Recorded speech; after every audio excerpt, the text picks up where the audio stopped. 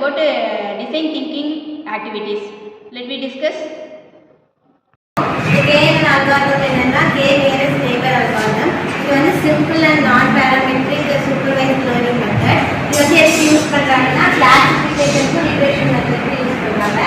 இது வந்து எப்படின்னா இப்போ வந்து நமக்கு டேட்டாஸ் வந்து கொடுத்துருவாங்க. இது வந்து Kன்றதை வந்து டிட்டர்மைன் பண்ணி K nearest neighbor டேட்டாவோட அது வந்து அட்டாச் பண்ணுவோம். இப்போ வந்து இது ஒரு டேட்டா நியூ டேட்டா இருக்கு. இப்போ இதோட டிஸ்டன்ஸ் வந்து கால்குலேட் பண்ணி இதுக்கு இதோட டிஸ்டன்ஸ் இருக்கு. அதனால இந்த டேட்டா வந்து இதோட அதாவது சேர்த்து வைத்து இந்த KNN நியரஸ்ட் நெய்பர் algorithm.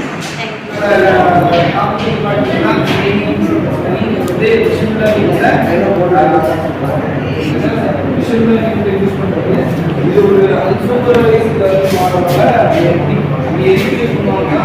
ஒரு குரூப் ஆஃப் அன்டேபிள் டேட்டாஸ்லாம் வந்து கிளஸ்டர் பண்ணுறாங்க. குரூப் பண்ணுறதுனால யூஸ் பண்ணுவாங்க.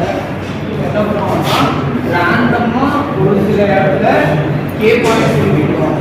கே பாயிண்ட்ஸை பேஸ் பண்ணுவாங்க. அதுக்காக கே பாயிண்ட்ஸ் பேஸ் பண்ணுவாங்க. அது பேர் வந்து சென்ட்ரல்.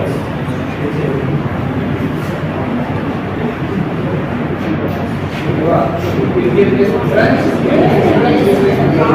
அது ஃபஸ்ட்டு என்ன பண்ணுவோம்னா நியரஸ்ட்டாக இருக்கிற பாயிண்ட்ஸ் தான் வந்து அட்ராக்ட் பண்ணுவோம்.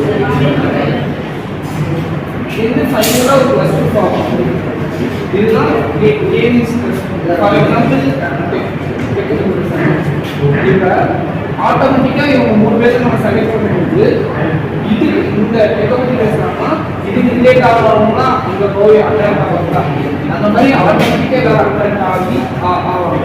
இது வந்து எது வரைக்கும் கண்டினியூ இது வந்து ரிப்பீட் பண்ணிட்டே இருக்கும். எது வரைக்கும் கண்டினியூ ஆகும்னா அன்டில் இந்த குரூப் எந்த குரூப் வந்து சுவிட்ச் ஆகாமல் இருக்கிற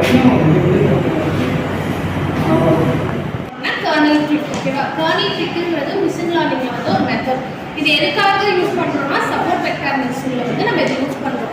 ஏன் இது வந்து கர்னல் ட்ரிக்ங்கிறது ஒரு மேத்தமேட்டிக்கல் ஃபங்க்ஷன் யூஸ் பண்ணி ஒரு மிஷின் லேர்னிங்ல வந்து ஒரு இன்புட் டேட்டா வந்து ஹையர் டைமென்ஷனல் ஸ்பேஸாகவும் லோ டைமென்ஷனல் ஸ்பேஸாகவும் யூஸ் பண்ணுறது தான் வந்து இந்த கர்னல் ட்ரிக்.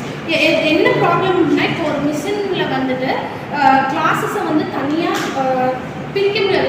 ஒரு கிளாஸோட டேட்டா வந்து கேட்டகரியாக பிரிக்க முடியாததுக்கு இந்த கர்னல் ட்ரிக் வந்து யூஸ் பண்ணுறாங்க. ஓகேவா?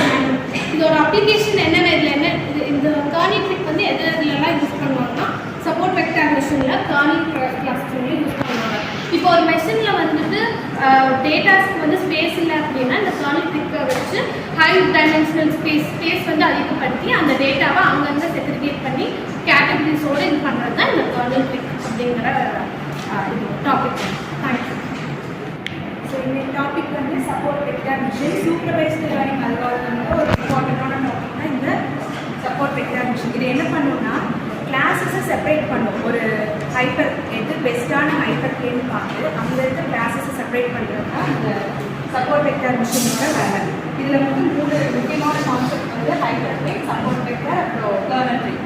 ஹைப்பர் பிளேன்ங்கிறது வந்து அது வந்து ஒரு டெசிஷன் பவுண்டரி. அந்த பவுண்டரி கிட்ட இந்த கிளாஸஸை செப்பரேட் பண்ணுறது தான் இந்த ஹைப்பர் பிளேன்.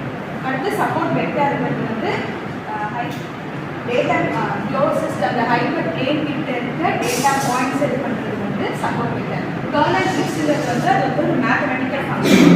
என்ன பண்ணுறோம்னா டேட்டாவை வந்து ஒரு ஹையர் டைமென்ஷனல் ஸ்பேஸில் கன்வெர்ட் பண்ணுறது தான் இந்த கர்னல் ட்ரிக் வந்து ஒரு மேத்தமெட்டிக்கல் யூஸ் பண்ணுவாங்க. சப்போர்ட் வெக்டார் கர்னல் ட்ரிக்ஸ்லேயே வந்து 4 டைப்ஸ் இருக்குது. லீனியர் கர்னல், பாலினாமியல், அதுக்கப்புறம் சிக்மாய்டு, அடுத்து ஆர்ஜிஎஃப்னு ஒரு 4 கர்னல் டைப். நம்ம சூஸ் பண்ண டேட்டாவுக்கு எந்த கர்னல் ட்ரிக் வந்து பெஸ்ட்டாக இருக்குன்னு சொல்லி பார்த்து அதை சூஸ் பண்ணுறது ஒரு கர்னல் ட்ரிக். இது ரியல் வேர்ல்டில் எங்கே யூஸ் பண்ணுவாங்கன்னா image application, text classification and bio informatics. இதுதான் ரியல் வேர்ல்டில் நம்ம இந்த STM யூஸ் பண்ணுற டொமைன்ஸ். டாபிக் வந்து சிங்கிள் வேல்யூ டிகம்போசிஷன் எல்லாருக்கும் தெரியும். இது வந்து நம்ம இது வந்து ஒரு பவர்ஃபுல் மேத்தமெட்டிக்ஸ் டூல். இதில் வந்து நம்ம SPD அப்படின்னு கூட சொல்லலாம். இது வந்து நம்ம பார்த்தோம் அப்படின்னா ஒரு லார்ஜ் டேட்டா செட் இருந்துச்சுன்னா அது வந்து ஈஸியாக வந்து கம்ப்யூட் பண்ணியிருக்கோம். எனக்கு ஒரு ஃபார்முலா இப்போ ஒரு மேட்ரிக்ஸ் மேட்ரிக்ஸ் இதில் வந்து நம்மளுக்கு வந்து ஒரு பெரிய லார்ஜ் டேட்டா செட்னா இதை வந்து நம்ம கம்ப்ளீட் பண்ணிருக்கோம். 2 மேட்ரிக்ஸ் வந்துருக்கோம். அதாவது எப்படின்னா M/N 2 இதுதான் இதோட மெயின் கான்செப்ட் வந்துருக்கா. இப்போ U and V அப்படின்னா இதில் சொல்லியிருக்காங்க. இந்த U and V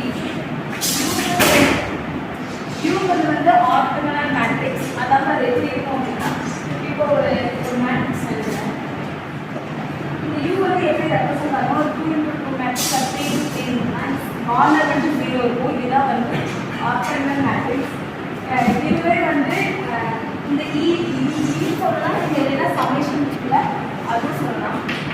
இந்த வந்து எப்படி ரெப்ரசன்ட் ஆகணும் அப்படின்னா, யூங்கிறது வந்து காமன் மட்டும் 0 இருக்கும், அது வந்து ஆர்டர் மேட்ரிக்ஸ். இதுவே அல்லது சம்மேஷன் அப்படின்னா அந்த ஒரே ஒரு ரோ மட்டும்தான் நம்பர் இருக்கும், அது எல்லாமே 0-ஆக இருக்கும். இதுதான் வந்து order matrix. Single value decomposition வந்து மெயின் ஃபார்முலா. இதோட அப்ளிகேஷன் வந்து நம்ம எங்கெங்கே யூஸ் பண்ணுறோம் அப்படின்னா, டைமென்ஷன் வந்து கம்மி பண்ணுறது. இப்போ வந்து அது எப்படி யூஸ் ஆகுனா, ஒரு பெரிய டேட்டா செட் இருக்குன்னா அது வந்து அதில் வந்து நம்மளுக்கு தேவையானது மட்டும் இந்த ஃபார்முலா யூஸ் பண்ணி நம்ம கம்மி பண்ணி எடுத்துக்கலாம். இதுக்கு எக்ஸாம்பிள் வந்து ஃபேஸ் ரெகக்னிஷன். இப்போ வந்து பண்ணி பிக்சர் வந்து யூஸ் பண்ணி நம்ம வந்து மெஷினுக்கு வந்து ஃபீட் பண்ணோம் அப்படின்னா அது வந்து ஈஸியாக வந்து ரெகனைஸ் பண்ணிக்கணும். நெக்ஸ்ட் வந்து இமேஜ் கம்போசன். இப்போ பெரிய சைஸ் இமேஜை வந்து நம்மளுக்கு தேவையான பிக்சல்ஸை வந்து குவாலிட்டி கம்மி பண்ணாமல் அதே குவாலிட்டியில் வந்து இந்த மெத்தட் யூஸ் பண்ணி எடுத்தோம்னா அது வந்து இமேஜ் கம்போசன். கம்யூனிகேஷன் சிஸ்டம் அப்படின்னா இப்போ நெட்ஃப்ளிக்ஸு, அதுக்கப்புறம் அமேசான், இந்த மாதிரி பெரிய பெரிய மூவிஸ் பார்க்குறதுக்குள்ள வெப்சைட்டில் இருக்குல்ல, அதில் கூட நீங்கள் வந்து இந்த மெத்தட் யூஸ் பண்ணி